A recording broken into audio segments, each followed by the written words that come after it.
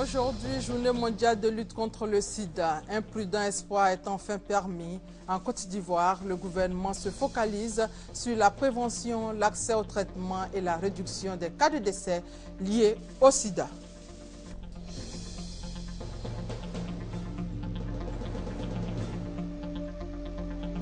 « 23 bourses africaines se réunissent à Abidjan demain lundi. Abidjan va donc battre au rythme des fluctuations boursières et c'est une première dans un pays francophone.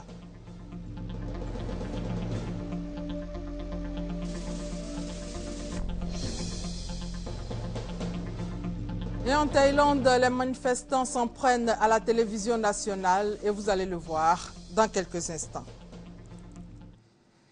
Aujourd'hui, dimanche 1er décembre, bienvenue à tous dans le 13h. Quel lien entre la transformation et l'émergence et comment la transformation aidera-t-elle la Côte d'Ivoire à aller à l'émergence? Des préoccupations qui auront des réponses dans une trentaine de minutes avec notre invité, M. Meïté Bassessi Adama, directeur général du Centre de démonstration et de promotion des technologies. Mais avant, revenons sur le séjour du président Alassane Ouattara dans la région de Gbeke. À Bouaké, le chef de l'État a eu un agenda très chargé. En marge de ces meetings, il a eu plusieurs audiences. Le président Alassane Ouattara a reçu un groupe pétrolier. Le point avec Awa Touré. Le président de la République, Alassane Ouattara, a échangé avec le vice-président du groupe Anadarko Petroleum Corporation, Robert Daniels, un groupe américain spécialisé dans l'exploration et l'exploitation pétrolière. À l'issue de la rencontre, M. Daniels a indiqué être venu faire au chef de l'État le point des activités de son entreprise en Côte d'Ivoire. Nous sommes venus remercier le gouvernement de Côte d'Ivoire, remercier le président de la République pour nous avoir octroyé 2 blocs en eau profonde et aussi remercier les efforts qu'il fait pour nous aider dans les activités d'exploration en Côte d'Ivoire et remercier le ministère du pétrole et de l'énergie. Nous avons profité de cette occasion pour informer M. le Président de la République des activités que nous allons conduire en 2014 en termes d'exploration et aussi informer le ministère de ces activités. Basé au Texas, le groupe pétrolier américain Anadarko intervient dans plusieurs régions du monde. En Côte d'Ivoire, il est opérateur sur 5 blocs de pétrole. Notons que cette société a récemment signé 2 contrats de partage de production avec le gouvernement ivoirien. Et depuis Bouaké, le président de la République a lancé un appel à la paix et au rassemblement pour une Côte d'Ivoire émergente. Il a appelé l'alliance RHDP qui gagne, qui doit continuer en 2015 pour faire avancer le pays. Et 240 milliards de francs CFA, c'est le montant du financement de la région de Bouaké. Une autre annonce importante faite par le chef de l'État, c'est l'augmentation du salaire des fonctionnaires extraits. Nous avions prévu un montant de financement sur le Gbeke, c'est 240 milliards de francs CFA et nous allons le faire. Les promesses d'Alassane Ouattara seront tenues.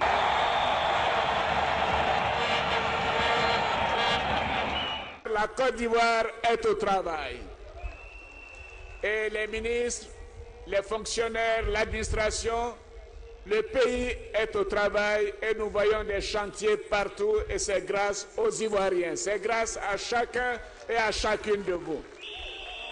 Je voudrais donc vous féliciter, chers compatriotes, vous dire que nous sommes en train d'améliorer le quotidien des Ivoiriens. Voyez-vous, la semaine dernière, nous avons décidé d'augmenter le SMIC, de passer à 36 000 à 60 000 francs CFA. Nous avons décidé que le 1er janvier, nous allons augmenter les salaires des fonctionnaires. Donc nous mettons tout en œuvre. Oui, je mets toute mon expérience économique, bancaire et financière en œuvre pour que la Côte d'Ivoire sorte des difficultés, que la Côte d'Ivoire redevienne un pays prospère et qu'elle retrouve la place qu'elle avait, c'est-à-dire la 3e place sur le continent africain, en Afrique, au sud du Sahara, après l'Afrique du Sud et le Nigeria, ce sera la Côte d'Ivoire, car nous serons émergents en 2020. Message du président le vendredi dernier au stade de la paix de Bouaké, le président qui est de retour à Abidjan depuis 2 jours. Et pendant son séjour dans la région de Bouaké, le président de la République a fait une escale à l'université Alassane Ouattara de Bouaké où les étudiants lui ont réservé un accueil chaleureux. Cette université fait partie des universités publiques de Côte d'Ivoire dont la réhabilitation a coûté environ 110 milliards de francs CFA. Une volonté du président pour assurer une formation de qualité dans les universités. Un an après sa rénovation, comment se porte l'université Alassane Ouattara de Bouaké? Pour en savoir un peu plus, suivons ce reportage de Michel Digré. Après plusieurs mois de cours dans les amphithéâtres, l'heure est à l'affichage des résultats avec des fortunes diverses pour les uns et les autres. Il faut dire que l'année a été bien, voilà, avec le nouveau système LMD, en tout cas c'est bien, ça s'est bien passé. Vraiment c'est à l'âme. J'ai eu à valider certains, mais donc pour la 2e session, j'espère. Pour une fois, les professeurs et le système académique ne sont pas pointés du doigt par les étudiants dans les cas d'échec. Une année après les travaux de réhabilitation, nous avons pu avoir des amphithéâtres fonctionnels qui répondent aux normes, c'est-à-dire des amphithéâtres climatisés. Un toilettage des maquettes pédagogiques a été réalisé et tout cela nous a permis d'avoir des programmes de formation, des offres de formation d'un niveau de compétitivité acceptable. Un enseignement de qualité dans un cadre d'études agréable. La combinaison donne satisfaction, même si certains sujets continuent de fâcher. Il faut dire que moi, étant étudiant en Master 1, les Wi-Fi, il y a besoin de recherches et les Wi-Fi n'étaient pas disponibles. Ajoutez à cela les belles résidences universitaires achevées, mais qui se font toujours désirer. Bon, on dit d'attendre, on est là, bon, on attend seulement. Bon. Et c'est pas cette année ils vont ouvrir, mais c'est qu'on attend. Des difficultés qui, selon les responsables universitaires, seront résolues avant la prochaine rentrée académique. Comme Bouaké, l'université Alassane Ouattara revient de loin, mais la renaissance de ces infrastructures, par la volonté du chef de l'État, lui permettra sûrement de faire un bond qualitatif dans la formation des étudiants. Comme chaque année, la journée mondiale de lutte contre le sida, le 1er décembre, apporte son lot de bonnes et de mauvaises nouvelles, mais aussi d'espoir. En Côte d'Ivoire, le gouvernement se focalise sur la prévention, l'accès au traitement et la réduction des cas de décès liés au sida. Regardez. L'objectif 0, c'est-à-dire 0 nouvelle infection, 0 décès lié au sida et 0 discrimination. C'est cette vision que l'ONU-SIDA veut concrétiser pour la période 2011-2015. Même engagement pour la Côte d'Ivoire. Le pays a décidé de se focaliser sur une triple action. Il s'agit de prévenir les nouvelles infections à VIH-SIDA, d'accroître l'accès au traitement pour réduire les cas de décès liés au sida et de riposter contre la stigmatisation et la discrimination. Notre pays a élaboré un plan d'élimination de la transmission mère-enfant, amélioré la couverture nationale en site pour le conseil et le dépistage, porte d'entrée de la prise en charge. En matière de prise en charge, la couverture en ARV pour les personnes qui en ont besoin se situe à 55% à septembre 2013. Et de nombreuses campagnes de sensibilisation pour réduire la stigmatisation et la discrimination ont donc été menées. Une loi sur le VIH a été adoptée en Conseil des ministres en attendant de passer au Parlement. La Côte d'Ivoire enregistre une baisse de la prévalence générale du VIH qui est de 3,7%. Mais il est regrettable de noter qu'outre les jeunes, il y a l'apparition de nouvelles cibles. Que sont les personnes de 50 ans et plus, notamment les hommes et les veufs ou les veuves, chez lesquels la prévalence de VIH se situe entre 7 et 17%. Et les comportements à risque, persiste chez les jeunes de 15 à 24 ans. 51% de ces jeunes n'utilisent pas de préservatif lors de rapports sexuels.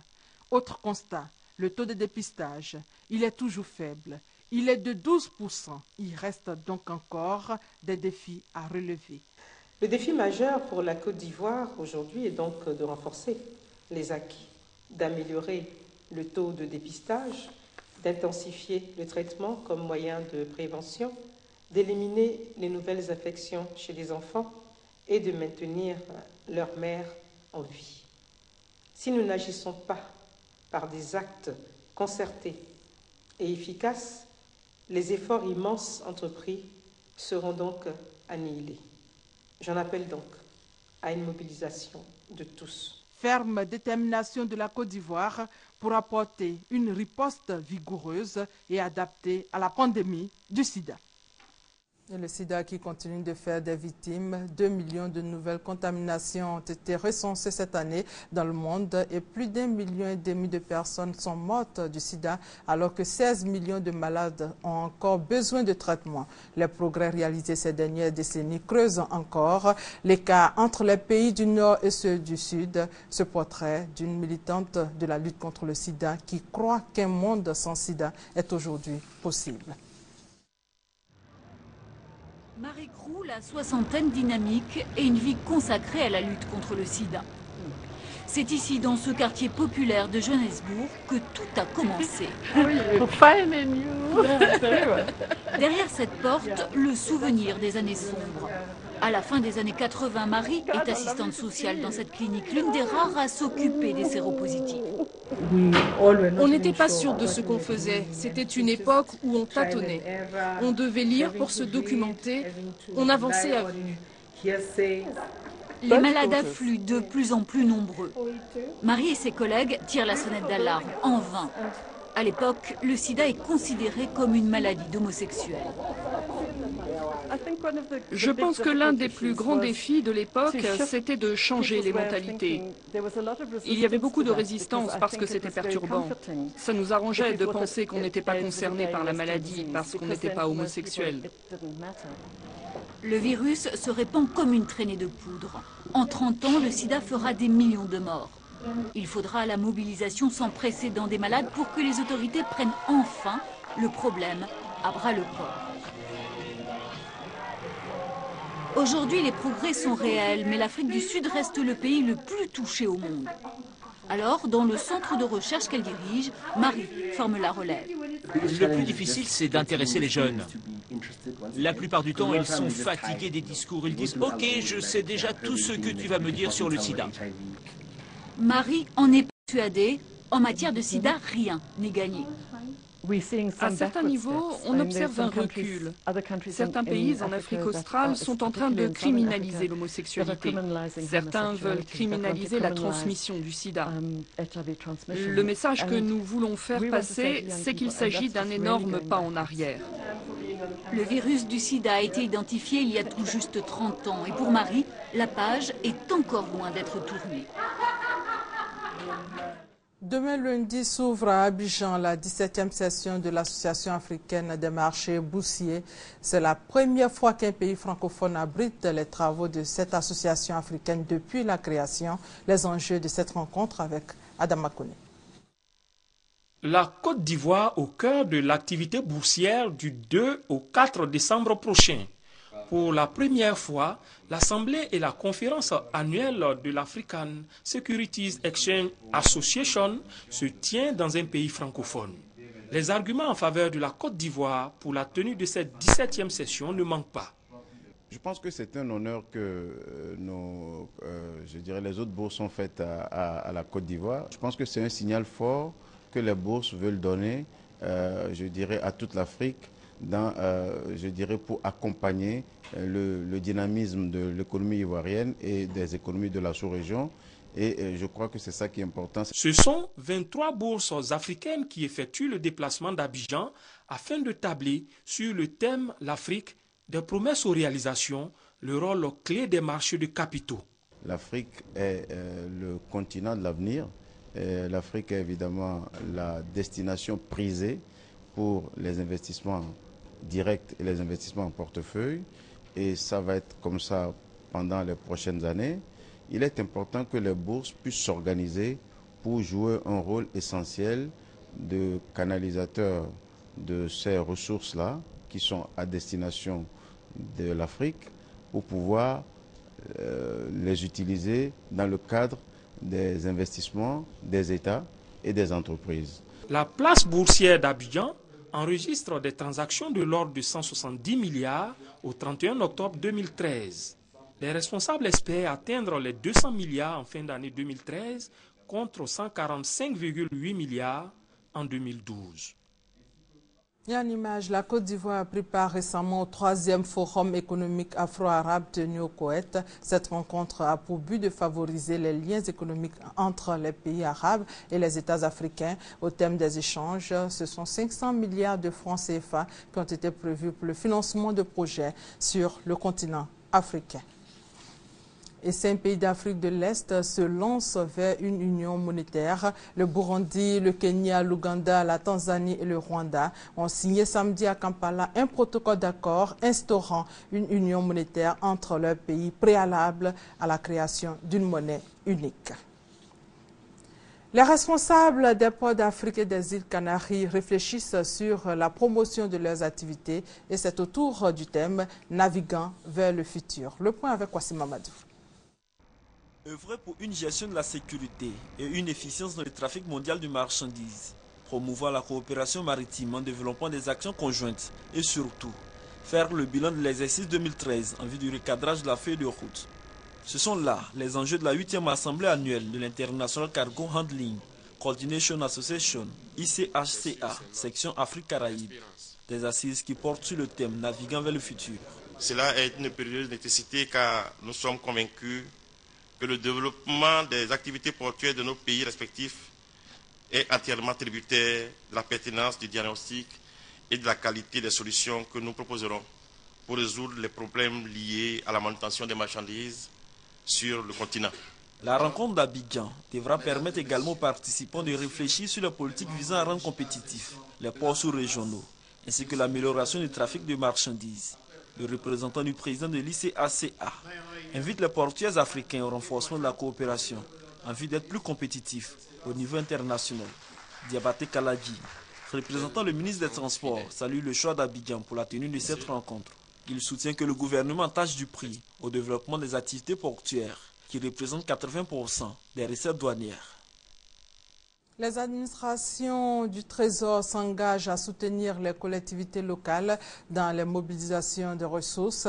L'objectif, c'est de permettre à ces collectivités de disposer de ressources financières nécessaires à l'exécution de leurs programmes. La synthèse des travaux de ce 7e colloque avec Adama Koné. Poignée de main entre deux directeurs généraux de Trésor. Le premier, l'Ivoirien Koné Adama, a à son actif l'organisation du 7e colloque de l'Association internationale des services du Trésor. Il peut alors livrer deux principales conclusions sur la gestion financière des collectivités locales. Il est donc demandé aux trésoriers d'avoir un autre regard, d'avoir un autre rôle. Au lieu d'être là pour contrôler et payer, on leur demande de se comporter désormais comme des prestataires de services dans la structure dans laquelle ils se trouvent. Ça veut dire quoi? Puisque ce sont des techniciens, qu'ils puissent enseigner aux maires et aux autres agents travaillant dans les collectivités ce que c'est que les finances publiques. On a aussi recommandé la mise à disposition rapide des ressources par l'État en faveur des collectivités. Je crois que ça, c'est un aspect qui intéresse beaucoup les maires. Le second directeur général est malgache. Il prend à peine les commandes de l'association. Pour lui, les axes de son mandat sont nets. Marcher dans les pas de son prédécesseur. Je pense que nous essayerons, je sais que c'est difficile, de faire au moins égal avec les prestations grandioses qu'a fait mon ami Adama Koné lorsqu'il a présidé cette association. Vous savez, les objectifs de l'association, en fait, c'est justement de permettre à tous ses membres de s'échanger, de discuter sur des thèmes bien spécifiques qui touchent la vie quotidienne des services du Trésor. Orlando Rubimanana part d'Abidjan avec beaucoup plus que les recommandations du colloque. Vous êtes sortis de la crise en 2011. Nous, on est en train de terminer avec la crise qu'on a dû vivre depuis 5 ans. J'espère que nous allons continuer à emboîter le pas de ce grand pays, surtout au niveau du redressement socio-économique et de la relance de la croissance économique. Je sais que vous avez fait un grand pas depuis cette sortie de crise. À Madagascar, maintenant, de faire pareil. Un nouveau secrétaire général de l'association a été désigné, Didier Cornillet de la France. Informer les sages-femmes et les familles sur l'importance des soins adaptés aux nouveau-nés prématurés, c'est l'objectif de l'Association pour la promotion de la sage-femme ivoirienne. Elle a organisé récemment une journée scientifique des sages-femmes à l'INHP, l'Institut national de l'hygiène publique, sous le thème « Né trop tôt, je veux vivre ». Grâce Kando pour plus de détails. 15 millions de bébés naissent trop tôt chaque année et plus d'1 million de ces nouveaux-nés perdent la vie après leur naissance par manque de soins adaptés, selon l'Organisation mondiale de la santé. Former les sages-femmes à la prévention des naissances prématurées et aux soins efficaces pour les bébés nés trop tôt, c'est l'objectif de l'Association pour la promotion de la sage-femme ivoirienne. On a beaucoup de prématurés qui meurent par une mauvaise prise en charge ou bien par l'ignorance des parents et de nos collègues des fois. Nous avons décidé d'abord de former nos sages-femmes, de les former sur les méthodes et les moyens qu'elles doivent avoir pour pouvoir prendre en charge un prématuré et informer aussi la population parce qu'il y a des prises en charge qui n'ont pas besoin d'être médicales. Juste la chaleur, le bébé a besoin de chaleur et de propreté. Donc on va aller vers la population ensuite pour les informer sur ce qu'ils doivent faire lorsqu'ils ont un prématuré dans la famille. L'Association pour la promotion de la sage-femme ivoirienne entend informer aussi bien les familles que le personnel soignant en général sur l'importance des soins adaptés aux nouveau-nés prématurés pour la réduction de la mortalité néonatale. La mairie de Lakota veut faire de la ville une cité émergente et un pôle de développement économique de la région. À cet effet, le maire de la ville a fait plusieurs dons pour le bonheur des populations. Thérèse Tapéoboué. Une fourgonnette à la police municipale, un gradaire, 2 bennes, 2 voitures de type 4x4 sont entre autres les dons que le maire de Lakota, Sami Meri, met à la disposition du conseil municipal et de la population. Ajoutez à cela 6 salles de classe plus un bureau du directeur au quartier Sega de Lakota. Le maire a également inscrit dans son programme comme priorité l'ouverture des rues, la réfection de la route Lakota-Sassandra. Aujourd'hui, on ne transporte plus les femmes dans les pousse-pousses pour les amener à l'hôpital. On a fait les routes parce que nous sommes propriétaires d'engins. Nous continuons donc de faire les routes. La population est contente, les gens arrivent à circuler librement. L'extension de l'électrification des quartiers de la commune, la construction d'un nouveau centre de santé, la réhabilitation de l'abattoir municipal font aussi partie des priorités du maire. Toutes ces réalisations ne peuvent être possibles qu'avec le concours de tous les fils et filles de la région. C'est pour cela que Sami Meri et son conseil appellent à la mobilisation, à la réconciliation de tous. Autorités politiques, administratives, chefferies traditionnelles et religieuses, pour faire de Lakota un grand carrefour de développement et une ville émergente, comme le souhaite pour toute la Côte d'Ivoire le président Alassane Ouattara. Sidiki Bakayoko, nouveau coordonnateur de la société civile ivoirienne, appelle à la réconciliation et au rassemblement de tous les membres de son organisation. C'était au cours d'un séminaire d'échange et d'information sur le fonctionnement des organisations de la société civile. Serge Kolia pour plus de détails. Diagnostic de l'administration et optimisation du fonctionnement des organisations de la société civile. C'est autour de ce thème majeur que la Convention de la société civile ivoirienne, CSCI, version Sidiki Bakayoko, a réuni les 2 tiers de ses 250 organisations membres à son siège de Cocody, cité des cadres. Pour le successeur de Patrick Ongouan, ce séminaire d'échange donne l'occasion de rappeler à l'assistance l'esprit et la lettre de l'attestation numéro 295 du 14 juin 2013 relative au changement de coordonnateur signé du préfet d'Abidjan. Sidiki Bakayoko s'est également prononcé sur la dernière décision du 21 octobre 2013 du tribunal de première instance d'Abidjan. Au-delà des décisions de justice qui nous sont favorables, au nom de tous les camarades, nous tendons la main à ceux qui se sont fâchés. L'équipe dirigeante de la Convention de la société civile ivoirienne bénéficie du soutien de la chefferie traditionnelle. Nous sommes là pour appeler tous les membres de la Convention de la société civile ivoirienne, contents ou pas contents, de revenir dans la maison commune afin d'être écoutés. Le ministère de l'Intérieur, pour sa part, recommande une société civile forte pour aider au développement de la Côte d'Ivoire. Ce séminaire constitue la première véritable activité de la Convention de la société civile ivoirienne dirigée par Sidiki Bakayoko. La page religion s'ouvre par la 5e convention du ministère de la Grâce et de la Délivrance, occasion de marquer les 2 ans de consécration du bishop Kouma Odette.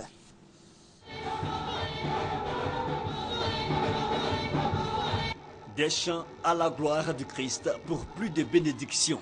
Le ministère international de la grâce et de la délivrance MIGD achève sa 5e convention annuelle dans l'allégresse. Thème choisi, étant tes limites pour que les portes de la récolte s'ouvrent pour toi. L'intérêt de cette convention, c'est pour d'abord rendre gloire à Dieu et aussi honorer des gens, amener des personnes à comprendre que l'amour de Dieu est toujours valable pour eux. S'il a fait pour moi, il est capable de le faire. Donc notre but, c'est encourager, fortifier et donner à certaines personnes d'évoluer pour la gloire de Dieu. Reconnaissance au Créateur pour mieux aider son prochain. C'est la vision du MIGD, vision d'ailleurs soutenue par la royauté du Zanzan, mais aussi par d'autres ministères. Je suis venu aider cette grande œuvre que l'enfant accomplit ici en Côte d'Ivoire et que je sais que cette œuvre a de l'avenir. Jour spécial pour les guides spirituels et pour les fidèles. Le sens de la convention, c'est de se retrouver avec nos frères et sœurs pour pouvoir se réjouir ensemble. Cette journée-là, c'est une journée glorieuse pour nous. C'est une journée de joie et nous remercions Dieu. Un moment de réjouissance peut aussi en cacher un autre. Les 2 ans de consécration du bishop Kouma Odette ont aussi été célébrés. Et les femmes de l'église baptiste missionnaire du Haut-Sassandra ont prié pour la réconciliation et la paix en Côte d'Ivoire. C'était au cours de la journée nationale de prière décrétée par l'Alliance internationale des femmes baptistes. Justine Seydjke.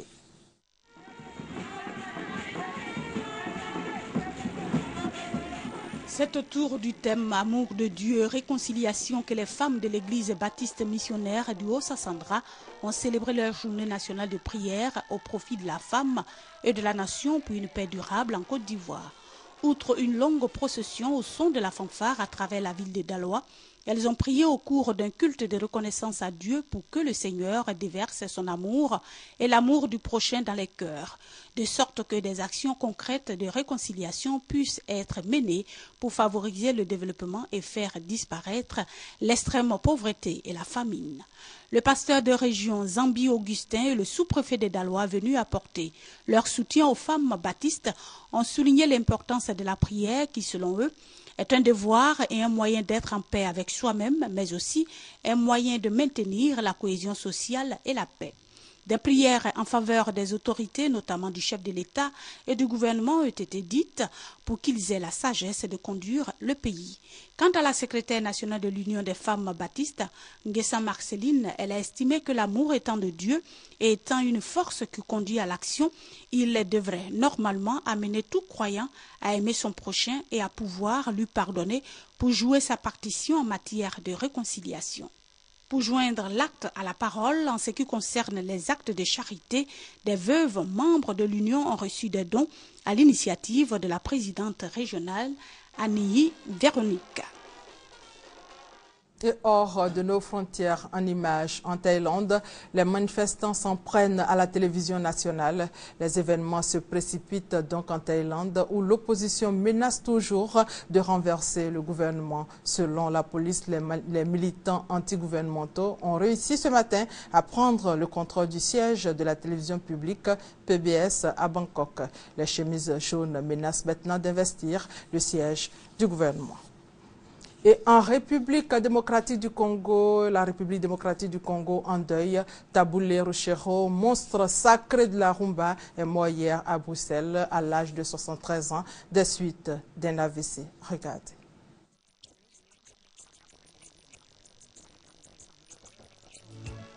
On l'appelait le roi de la rumba, c'était la gloire de la musique congolaise. Taboulé Rochero n'est plus, l'artiste est décédé hier à l'hôpital Saint-Luc de Bruxelles.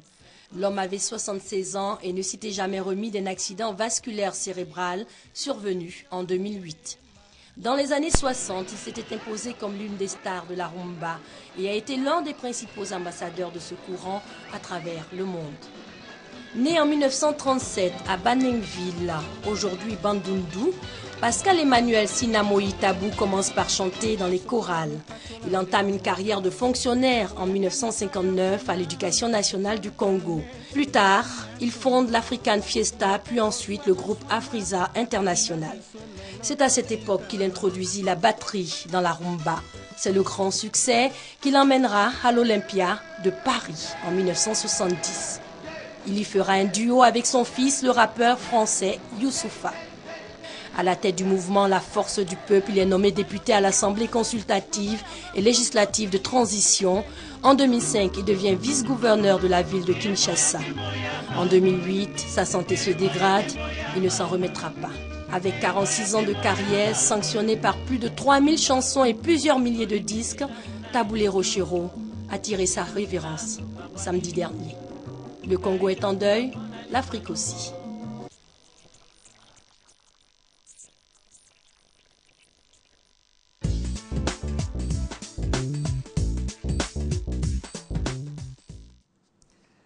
La transformation des produits agricoles, quel enjeu pour l'émergence de la Côte d'Ivoire? Pour décortiquer ce thème, nous sommes avec M. Meïté Bassessi Adama, directeur général du Centre de démonstration et de promotion des technologies. Bonjour M. Meïté. Bonjour Mme Delphine Goula. Pour tout commencer, dites-nous d'abord, qu'est-ce que c'est que la transformation? La transformation en général, c'est quoi? Vous me permettrez, avant de répondre à votre question, de m'acquitter d'un devoir de reconnaissance vis-à-vis de la Direction générale de la RTI, qui nous permet d'être là aujourd'hui pour échanger sur une question qui est d'une importance capitale pour nous. Merci à la Direction générale de la RTI au nom du CDT, au nom du conseil d'administration du CDT, mais au-delà du CDT, au nom de la famille de l'industrie et des mines. Donc, avec à sa tête Monsieur le ministre des tutelles, le ministre Jean-Claude Brou. La transformation, Madame, je ne vais pas m'attarder dans un exposé sémantique qui serait long et fastidieux et inutile. Je vais définir la transformation telle que nous on la conçoit au ministère de l'Industrie. Transformer, c'est changer l'état d'une chose. Ça, c'est de façon générale. En changer les caractères généraux. Mais pour un industriel, transformer, c'est amener un produit à partir d'un état A à un état A+. Le plus, en voyant ici la notion d'ajout. Un exemple pratique. Un exemple pratique, vous avez une fève de cacao qui est quelque chose de très banal. Avec un enfant, on peut le jeter. Ça ne ressemble pas à grand-chose. Mais au bout d'un processus, vous arrivez à transformer cette fève de cacao en chocolat. La barre de chocolat, on ne peut plus la jeter. On y a ajouté de la valeur grâce au processus de transformation. Donc, c'est ajouter de la valeur au produit, la transformation. Quel est l'état des lieux du niveau de transformation des produits agricoles en Côte d'Ivoire aujourd'hui? Oh, pas fameux. Vous savez, nous sommes un pays, et c'est pour ça d'ailleurs qu'on recherche l'émergence. Du niveau où on est aujourd'hui, ce n'est pas extraordinaire. Mais je vais vous donner juste quelques petits chiffres. Le cacao, on en produit en moyenne 1 400 000 tonnes l'année. On ne transforme qu'autour de 35%. C'est le meilleur chiffre. La suite arrive. Le café, on en produit 142 000 tonnes en moyenne. On ne transforme que 2% en l'état actuel.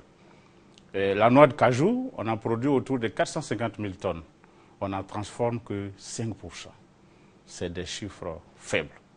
Donc, en réalité, c'est pour ça d'ailleurs qu'on cherche à améliorer les performances. C'est pour ça qu'on en parle aujourd'hui. Donc, pas du tout fameux. Qu'est-ce que le CDT propose? Le CDT est une structure de l'État. L'État propose des choses. Aujourd'hui, je viens de suivre le journal, le président était en train de dire que la Côte d'Ivoire est au travail. Et chaque secteur d'activité bouge et fait ce qu'il a à faire. Alors, aujourd'hui, j'ai dit que l'état des lieux n'est pas très, très fameux, mais il y a des choses qui sont faites. Pas exclusivement au niveau du CDT, mais il y a des choses qui sont faites. Vous voyez, le rôle de l'État, c'est d'inciter, c'est d'encadrer, c'est d'accompagner.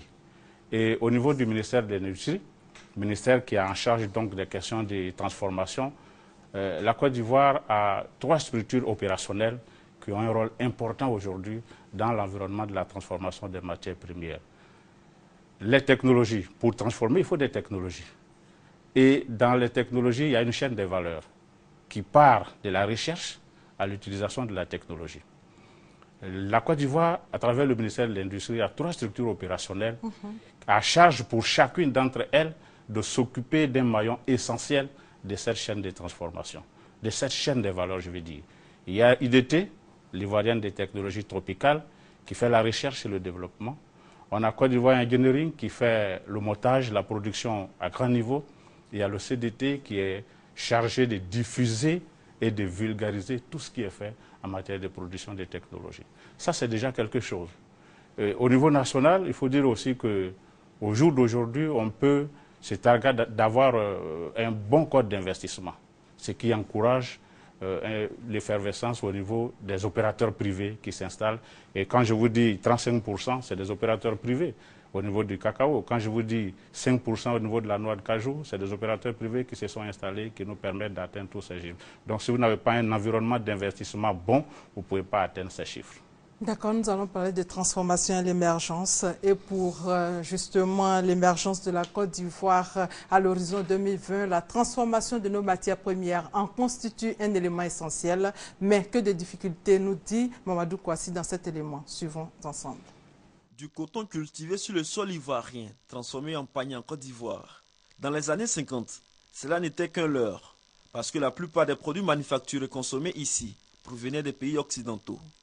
Pour y remédier, le président de la République d'alors, Félix Houphouët-Boigny, a lancé une politique de transformation des matières premières qui sont 99% exportées en Occident.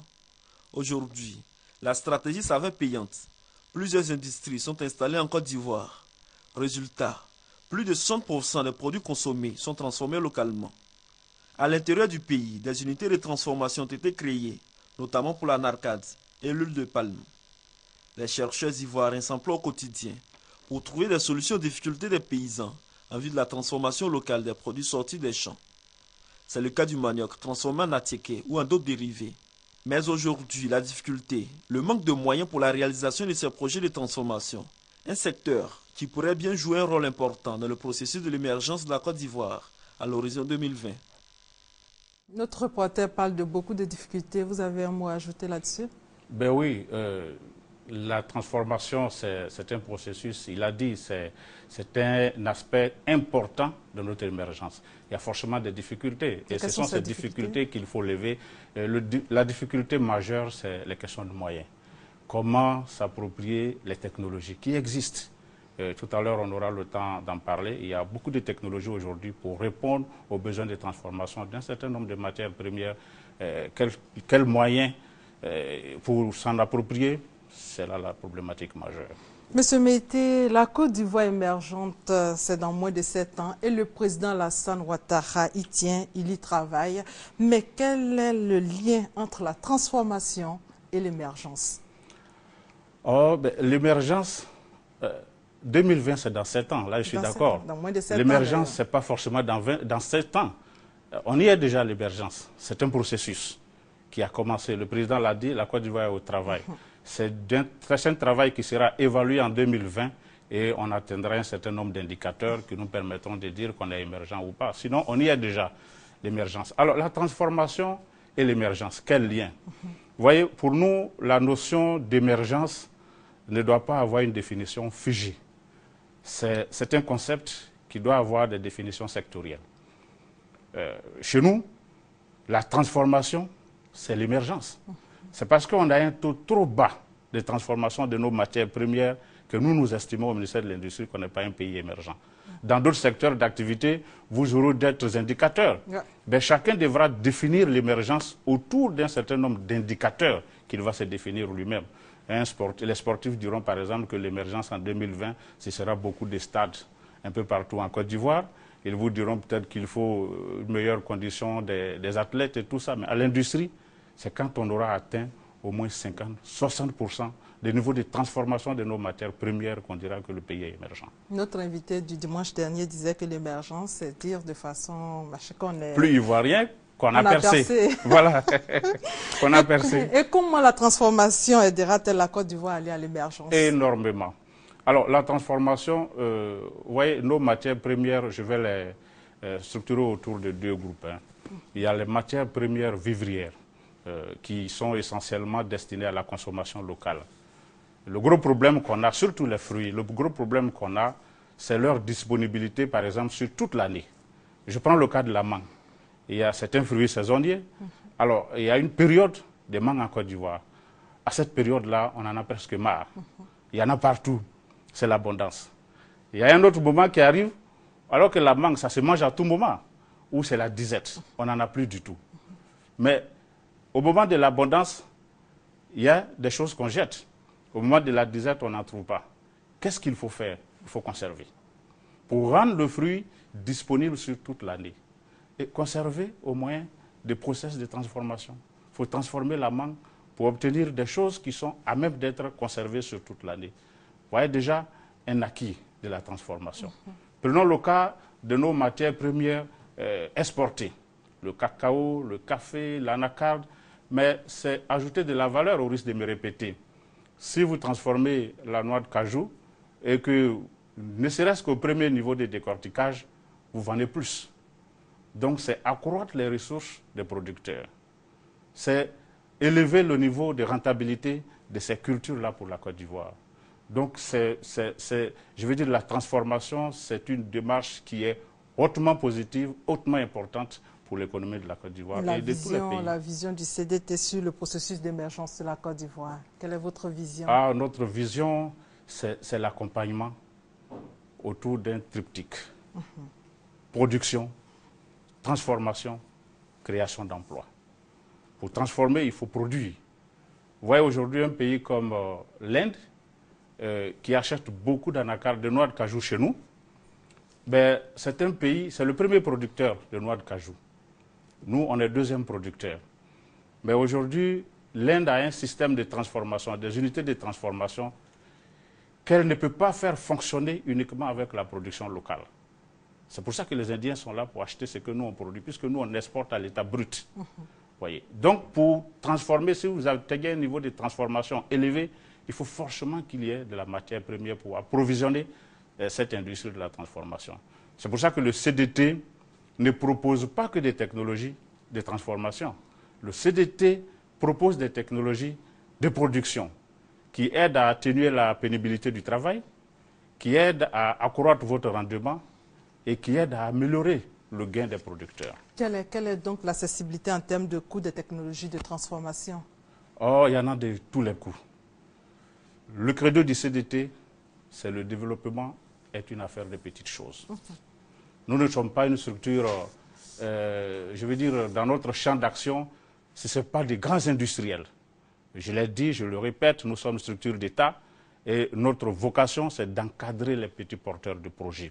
Donc, c'est des technologies simples, c'est des petites technologies, c'est des technologies accessibles et ordinaires que nous privilégions. Bien sûr qu'il y a des acteurs d'un certain niveau qui ont besoin de technologies de certaine envergure qui viennent nous voir et pour cela, nous avons des réponses. Et pour la vulgarisation des technologies agro-industrielles, comment le CDT procède pour couvrir tout le territoire ivoirien? Question essentielle, Le nom, c'est Centre de démonstration et de promotion des technologies. Comment promouvoir toutes ces technologies en étant au centre au local de la structure, c'est-à-dire à Abidjan, précisément à Biétry. Vous voyez, nous sommes une structure d'État, je le répète encore, et les moyens de l'État ne sont pas illimités. Et la communication coûte très cher. La Côte d'Ivoire est un vaste pays, et dans chaque recoin de la Côte d'Ivoire, il y a des agriculteurs. Donc il y a des potentiels porteurs de projets agro-industriels. Alors comment avoir accès à toutes ces personnes-là, tout en étant physiquement ici? Nous nous appuyons sur des partenaires. Il y a des ONG, il y a des coopératives, il y a des organisations agricoles. Mais surtout, notre nouvelle option, c'est de travailler avec les collectivités territoriales, communes et régions. Nous avons écrit, après les élections locales, à tous les élus locaux. D'abord pour les féliciter, parce que s'engager à diriger une communauté, c'est un sacerdoce.